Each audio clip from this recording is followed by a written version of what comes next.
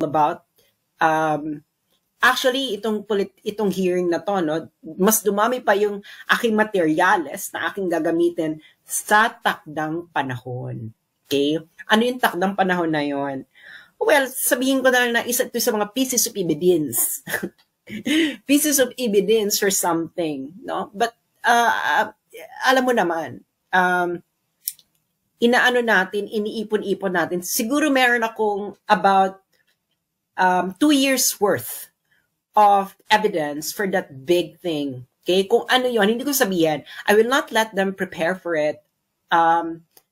Feeling naman nila, napakakapangyarihan nila, hindi ba? Pero ito lang sasabihin ko sa inyo. I am under the protection of international law. Not the law of the country where I am, but international law. Sana alam nyo yan. Alam nyo ng DFA. Hindi ba? So, I am under the protection of international law because I am outside my country. I'm living outside my country, and I'm not a citizen of this country. So, I am under the protection of international law. So, yung mga nag-aral dyan ng international law, siguro alam ninyo kung ano ang ibig kong sabihin. So, go ahead. And I think you just made everything clearer. Actually, kahit naman yung pieces of evidence that I have before are already clear. But this one, I thought that they couldn't get any worse. So this one got worse. Okay. So ngayon, ayan na yan, no? Go ahead. Do whatever pleases you. Do whatever makes you feel powerful, because it is an honor to be cited in contempt by a very corrupt House of Representatives. Uulitin ko. It is an honor to be cited in contempt by a very, very corrupt House of Representatives led by a very, very corrupt House Speaker. And basahin nyo na lang yung post ko earlier. Nandun yung sulat ko sa kanila. Ilang beses ko nang pinapadala yan sa kanila? 4 times. I think 5 or 4. I can't remember. 4 or 5 times. Read the content of my letter. Read it. Discuss it with your kainuman, etc. And now, you would see what kind of House of Representatives you have. Hindi ba? Kita-kita naman kanina eh. Hindi ba? And yun lang masasabi ko. You go ahead and continue your political persecution because bilog ang mundo. And ang masasabi ko lang is, I know my international law. So ngayon, this is a very, very corrupt House of Representatives. Na-discuss ko na to, pero ulitin ko dahil nagdodraw ng, pinapapunta ng mainstream media sa aking page, ang mga tao sa kaka-advertise sila ng aking pangalan, and especially now, hindi ba? Kaya, i-discuss natin ang dapat malaman ng bawat isang Pilipino. Okay? Ito ang budget of House of Representatives. Okay? Budget of House of Representatives. I already discussed this before. So, anong mga sources ko nito? Ang sources ko nito is documents itself from the Senate. Okay? So, ang mga nakikita nyo dito, papaliwanag ko lang sa inyo ang budget cycle. Ang budget cycle kasi, so, yung House of Representatives, mag-a-approve sila ng version ng budget. Yung Senate naman, mag-a-approve din sila ng version ng budget. And then, magkikita sila sa bicameral conference committee para i-reconcile yung budget kung magkaiba. Okay? So, sa normal na pagkakataon, ang reconciliation is either you will split the difference, okay? Or you will prepare one version over the other. Naintindihan niyo yan? Ibig sabihin ng splitting the difference, di ba? Pwede niyong gagawin is pwede niyo na lang i-add yung dalawa, tapos kunin mo na lang yung average, and that's it. Or you prefer one version over the other.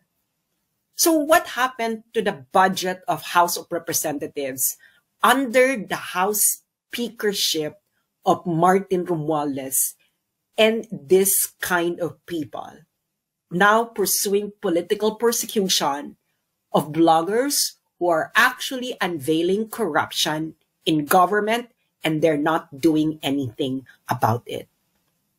So, in 2023, the budget that the Philippine House of Representatives passed is 15.97 billion. And the budget that the Senate passed is 16 billion. Do you know how much the budget increased during the bicameral? Secret bicameral. It increased to 28 billion. That's a 75 increase than the Senate version. 28 billion.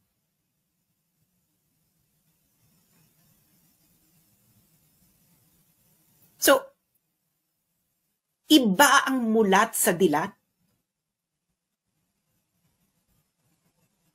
Noong 2024, yung House of Representatives, ang budget version na pinasa nila is 16.17 billion. Ang Senate version ng House of Representatives budget ay 16.9 billion. Pagdating ng bicameral, bigla siyang naging 28.69 billion. Reconciliation ba yan? Hindi yan reconciliation. Anong tawag dyan? Isulat nyo sa comment section kung anong tawag dyan sa ginawa ng House of Representatives. Pera nyo yan. Pera nyo yan kayong manakikinig. Pera nyo yan. Ngayong 2025 budget, ito malala. Ang pinasa ng House of Representatives publicly ay 16 billion. Ang Senate version, 16.35 billion lang. So, ang tinaas lang nito ay 1 million. Alam mo kung paano nila ni-reconcile? Pagdating ng bicameral, naging 33.67 billion ang budget ng House of Representatives. That's a 105.93 increase. Anong tawag nyo dyan? Pera nyo yan.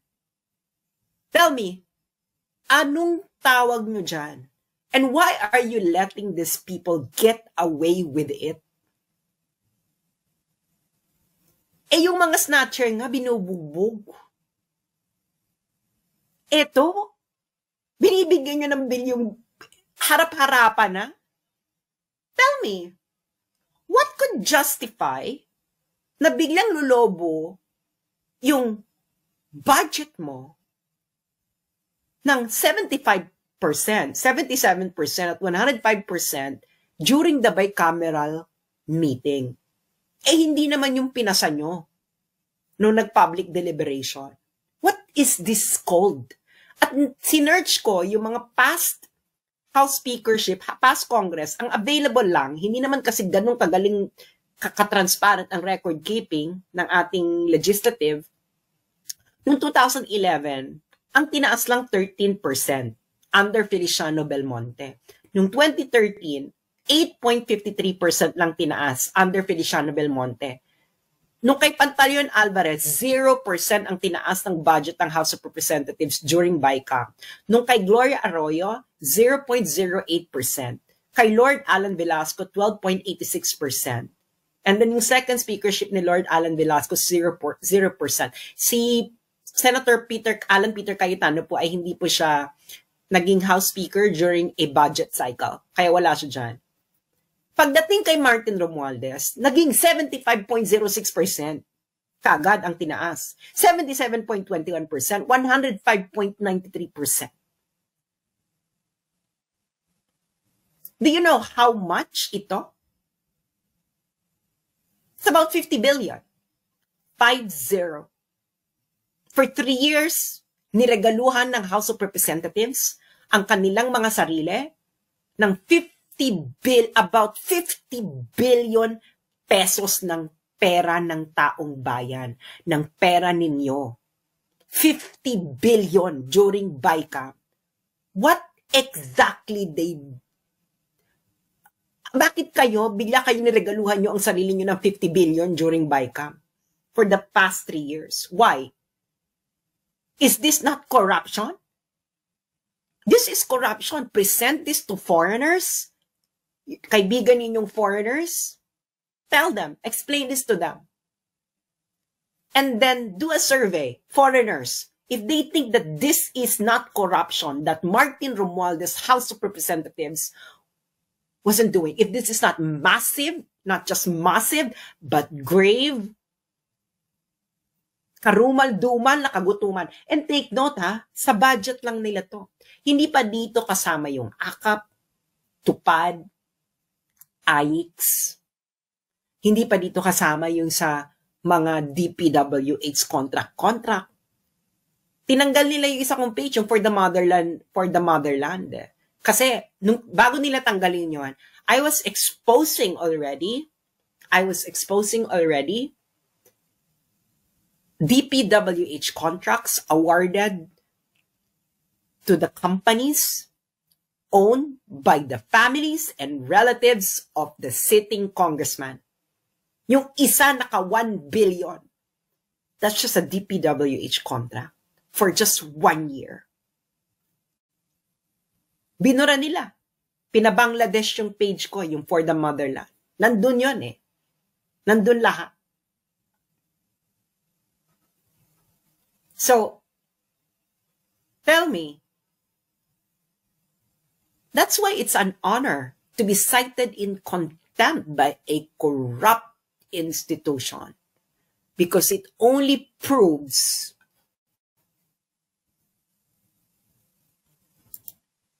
that we're fighting the good fight.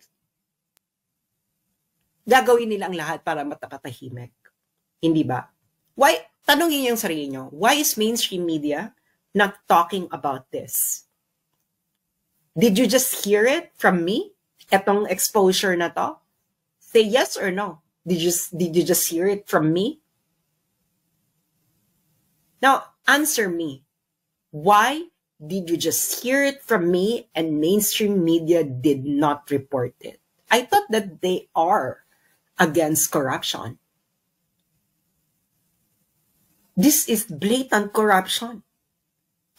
You present this to any non-corrupt countries in the world? Tell me, how many of them would say that this is not corruption? This is corruption. Garumal-dumal, grave. Halang ang bituka. Addict level na corruption. Garapal. So, yun lang. That's my comment. No? It is a badge of honor that a very corrupt institution, the House of Representatives, the most corrupt House of Representatives, perhaps in the last 10 years that we ever witnessed, it is a badge of honor that you cited me in contempt, because it only means that you cannot handle bloggers, netizens, who are actually practicing what every citizen should be doing, and that is scrutinizing everything that you're doing kahit mura-murahin pa kayo. Dahil kitang-kita sa mga dokumento kung paano nyo dinorobo ang pera ng taong bayan in the past 3 years. Uulitin ko, it is a badge of honor to be cited in contempt by a very, very corrupt House of Representatives. The most corrupt House of Representatives perhaps in the last 10 years or 20 years. Because kitang-kita sa mga dokumento kung paano ninyo dinorobo, ginawang paraan para mangamkam ng pera ng taong bayan during bicameral. Bilyon-bilyon. That's why, kung maninitili lang kayong dilat at hindi kayo mamulat, you will just wake up one day na ang country ninyo, ang ginagawa na, kinukuha na ng harap-harapan sa inyo ng mga congressman ay trilyon. Pag hindi pa rin kayo nagising. Iba ang dilat sa mulat. Pag dilat ka lang, wala na kayong yung maipapamana ninyong bansa sa susunod na henerasyon. It's not going to be a nice Philippines. Do you really think? Itong harap-harapan? What would the future generation tell you, ikaw, na nakikinig sa akin, what would your apo say? Nakita nilang ganitong document. Tatanungin ka nila, Lola, Lolo, bakit hindi ka umalma? Na ang House of Representatives, nireregaluhan nila ang kanilang mga sarili ng ilang bilyon during BICAM na hindi publicly deliberated. Ibang-iba ito sa pinasa nilang budget sa harapan ng publiko during the budget hearing. Bakit hindi ka nagsalita? Bakit mo hinayaan? Na ito ay doroboy nila ang pera ng taong bayan. Bakit ayaw mong gumising? Dahil naghihintay ka ba na yung bansa mo talaga ituluyan ng mawarak dahil sa korupsyon ng mga to? Tapos sila pa yung papalakpakan mo? Isira ulo ka pala, pumunta ka na ng Muntinlupa, palabasin mo na lang lahat ng kriminal dyan, pare-pareho lang din naman yan. So tell me, yung nakita nyo, is that not corruption? That is blatant corruption to the highest level. At budget lang nila yan, tinataasan nila. Budget pa lang nila yan. Nang ganun-ganun na lang. Hindi pa dyan kasama yung tupad, AIX, DPWH, etc. Kaya kawawa. Kawawa ang bayang Pilipinas. Kaya tingnan mo ang Pilipinas.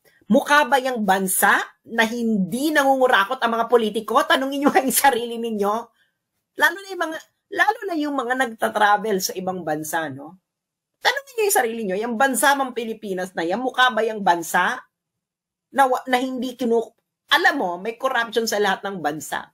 Pero may mga bansa na pag napunta ka sa bansang yan, ramdam na ramdam mo na kinukurap ang pera ng taong bayan at ang mga taong bayan, alam nilang kinukurap ay walang gustong gawin para baguhin ito. That's why it's going to be a vicious cycle. And you will leave a Philippines to the future generation much worse than how we found it. Guaranteed yan. Guaranteed yan. Because they can get away with it without any consequences. Ang consequence lang nila social media. Nalalantad sa social media. That's their only consequence, and what they wanted to do, they want to silence social media because they want to cover up ang ginawa nilang pandorobo sa pera ng taong bayan in the last 3 years during the BICAM. And it's documented. I have all the documents.